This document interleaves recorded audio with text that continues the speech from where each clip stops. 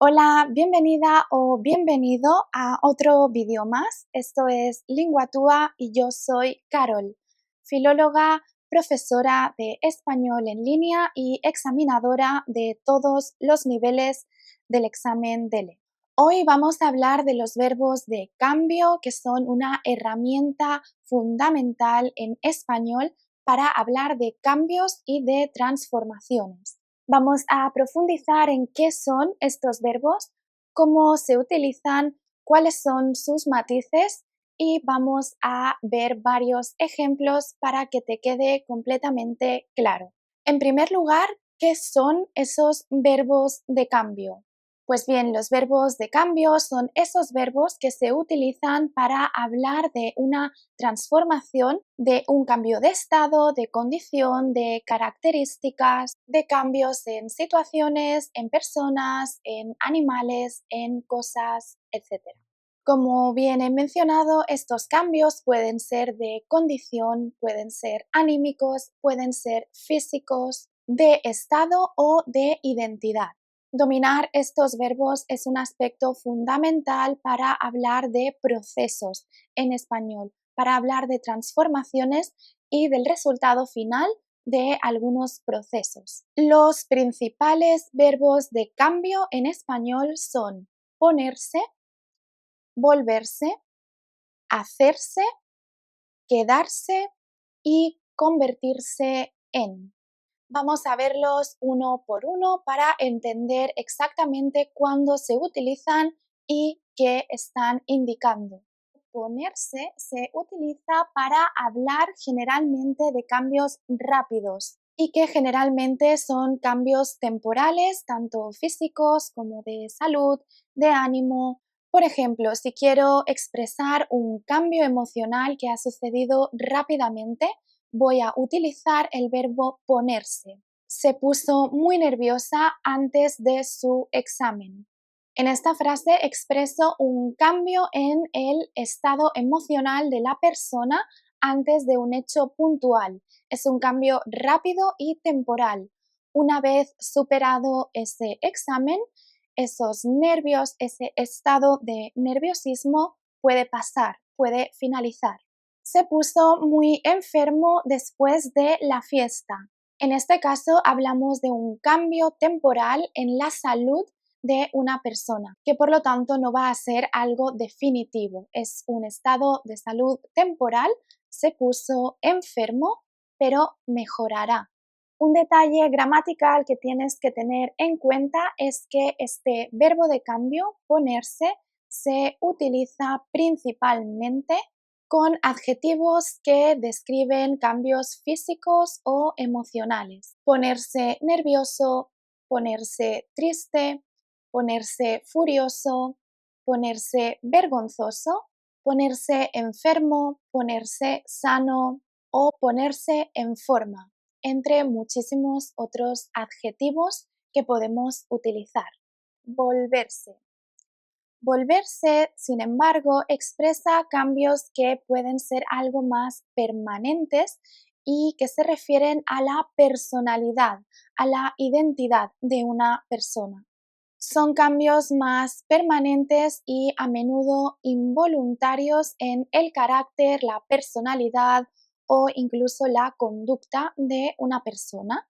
Con los años, todos nos volveremos más sabios. Nos vamos a caracterizar por ser más sabios, por tener más sabiduría. Por lo tanto, progresivamente nos volveremos y nos quedaremos en ese estado posiblemente más sabios. En este caso, el verbo volverse se utiliza con adjetivos que están relacionados con el carácter o con la actitud.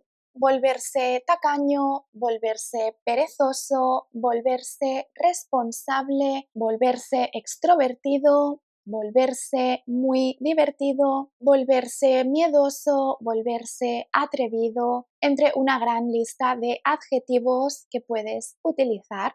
Vamos a por el tercer verbo de cambio, que es hacerse. Cambios voluntarios en las personas que tienen que ver con la ideología, con el estatus social, con la profesión o incluso con la religión. Por ejemplo, mi hermano se hizo médico después de muchísimos años de estudio. En este caso hablamos de un cambio de profesión y por lo tanto un cambio voluntario, un camino que se ha escogido, un camino que se ha elegido para hacerse médico, para obtener esa profesión.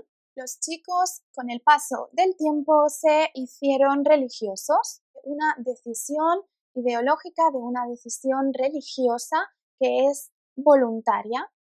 Podemos utilizar el verbo de cambio hacerse con sustantivos principalmente y con esos adjetivos que tienen que ver con la profesión o con la identidad.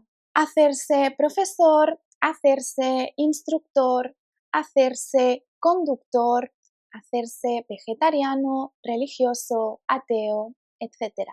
El cuarto verbo de cambio del que vamos a hablar es quedarse. El verbo quedarse describe cambios involuntarios, normalmente permanentes y también negativos. Por ejemplo, después del accidente, Antonio se quedó ciego. En este caso hablo de un cambio totalmente involuntario, no buscado y con efectos negativos. Durante la crisis económica, mucha gente se quedó sin trabajo. En este caso hablo de un cambio en la situación de mucha gente y ese cambio es algo negativo, quedarse sin trabajo, quedarse desempleado. La señora Carmen se quedó viuda a los 80 años. Otra vez más, un cambio involuntario en la situación de una persona. Se quedó viuda, es decir, perdió a su cónyuge, murió.